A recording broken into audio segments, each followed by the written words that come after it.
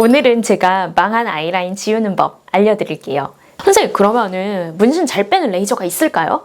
네, 있습니다.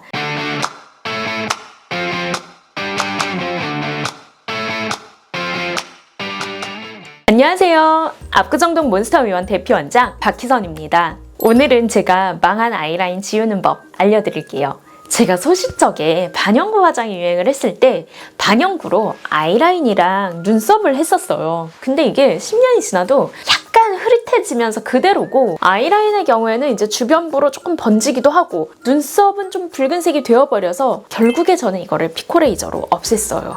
그래서 이 없애는 과정에서 제가 느낀 점을 오늘 솔직하게 이제 이야기해보는 동영상을 찍어보기로 했어요. 반영구 화장이랑 문신 차이를 먼저 알려드릴 건데요. 얘네들은 깊이 차이예요. 그래서 둘 다 염료를 피부 안쪽으로 밀어넣는 거는 똑같아요. 근데 반영구보다는 이제 문신이 좀 더 깊이 들어간다, 이 차이예요. 그래서 문신이 반영구에 비해서 더 진하고 선명하고 오래가고 깊이 있다, 이렇게 생각하시면 돼요. 그러면 저는 이거를 왜 빼게 됐을까요? 일단은 이제 눈썹이 붉은색으로 변하기도 했고요.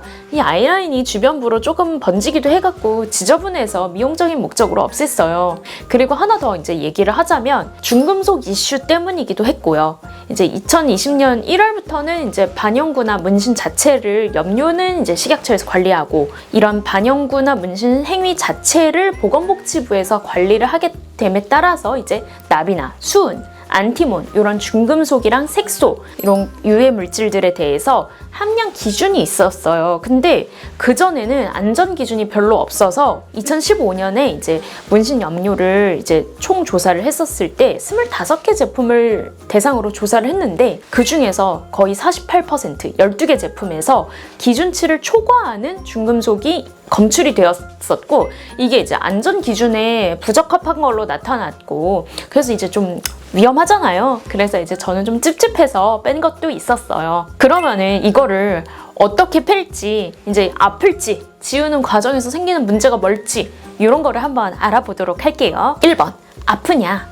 아픕니다. 무척 아파요. 제가 아직까지 출산도 해보고 이것저것 다른 시술들도 정말 많이 받아봤는데요. 솔직히 아이라인 문신 지우는 거는 순간적인 통증으로 따지면은 거의 원탑에 가까웠어요. 이게 마취 크림을 바르기가 좀 어려워요. 안구 가까이잖아요. 그래서 그냥 주사 마취로 보통은 진행을 하는데요. 주사 마취가 자체가 너무 아파요. 그리고 이제 주사 마취를 한다고 해서 문신을 이걸 뺄 때 지우는 느낌이 전혀 안 나는 것도 아니기 때문에 매우 고생했어요. 아픕니다. 두 번째, 그럼 잘 지워지냐? 100% 지워지냐? 이게 사실은 계속 한다고 해서 100%까지 지우게 하는 거는 저는 조금 어렵다고 생각해요. 왜냐? 이게 이론적으로 가능하기는 한데요. 생각보다 속눈썹이나 이제 눈썹의 숱도 조금 적어지는 것 같고 통증도 꽤 되는 편이기 때문에 저는 5번 이상 시술하는 거는 사실은 꽤 고민스러울 거라고 생각해요. 적정 횟수는 한 3번에서 5번 사이인데요. 이게 이제 한 2달 간격으로 시술을 하는 거다 보니까 거의 한 1년은 잡고 해야지 되는 일이기도 하고요. 그래서 저는 어느 정도 선에서 좀 많이 흐릿해졌다면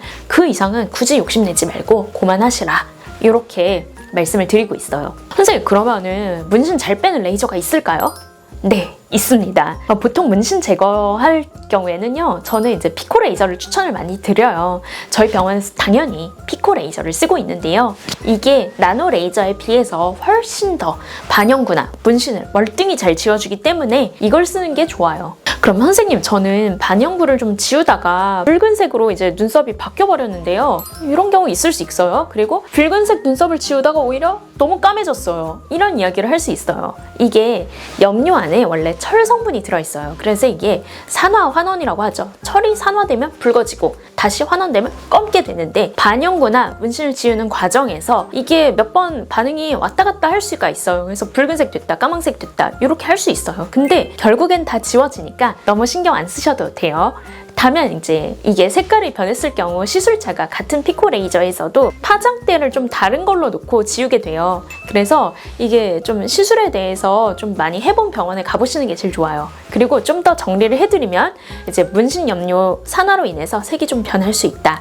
그에 맞게 파장을 바꿔서 시술하면 대부분 지워지기 때문에 여러분들은 너무 걱정하지 않으셔도 된다, 이렇게 요약을 해드릴게요. 그럼 선생님, 이거 계속 받으면 속눈썹이랑 눈썹에 숱이 좀 적어질까요? 제모가 될까요? 좀 겁이 나요. 보통 파장대나 에너지 강도 조절을 좀 잘 해서 잘 쏘면은 일시적으로 수치 줄어들어 보일 수는 있지만 영구적인 제모는 안 돼요. 근데 간혹 개인 체질에 따라서 영구적인 제모도 올 수 있어요. 그렇기 때문에 이 시술의 경우 시술 경험이 많은 의료진이 있는 병원을 찾는 거랑 적절한 강도로 서서히 조금씩 빼는 거가 제일 중요해요. 그리고 그러면은 지우는 시술을 받는데 점차 번지는 것 같아요. 당연히 이런 반응도 올 수 있거든요. 이게 색소가 부서지는 거다 보니까 주변에 이제 흐릿하게 조금 색소가 퍼져 나가는 것처럼 보일 수 있어요. 근데 이게 이제 괜찮은 게 몸에 대식세포가 있어요. 그래서 이런 이물질이 다른 데 가 있으면요, 조금씩 다 잡아먹어요. 그러니까 너무 걱정을 않으셔도 됩니다. 지울 때 선생님 눈에 문제 없을까요? 당연히 이거는 안구 보호용 특수 렌즈를 끼고 해야 돼요. 눈 주변에 문신을 제거를 하는 거다 보니까 안구 보호가 필수인데요. 아이라인 제거 시에는 눈 진짜 점막 가까이까지 레이저 빔을 이렇게 다 조사를 해야 돼요. 그래서 레이저 빔으로부터 눈을 보호해주는 안구 보호 렌즈를 착용을 한 다음에 시술을 해야 돼요. 선생님, 그럼 이거 아프다면서 수면 마취 안 될까요? 저는 근데 이거 수면 마취 조금 반대합니다. 왜냐하면 여기가 되게 예민한 부위고요. 점막이 수면 마취는 절대 깊이 잠드는 게 아니라 얕게 잠드는 거다 보니까 저의 경우에는 이제 아이라인 문신 제거나 뭐 눈썹 문신 이런 거 제거할 때는 굳이 수면 마취를 그다지까지 이제 권장하고 있지는 않아요. 아프더라도 눈의 안전을 위해서 협조가 좀 되는 상태에서, 깨어있는 상태에서 시술하는 걸 조금 더 권장드리고 있어요. 이렇게 해서 오늘 반영구 화장이랑 뭐 문신 제거를 하는 방법 이런 거 좀 알아보게 됐는데요. 망한 문신이나 붉어진 반영구로 고민을 하시는 분들에게 이 영상이 도움이 되셨으면 좋겠어요. 뭐 통증이나 이런 건 어디까지나 제 그냥 좀 주관적인 부분일 수 있고요. 그리고 이제 추가로 더 궁금하신 분들이 있으면 아래 카카오톡 통해서 연락 주세요. 감사합니다. 안녕.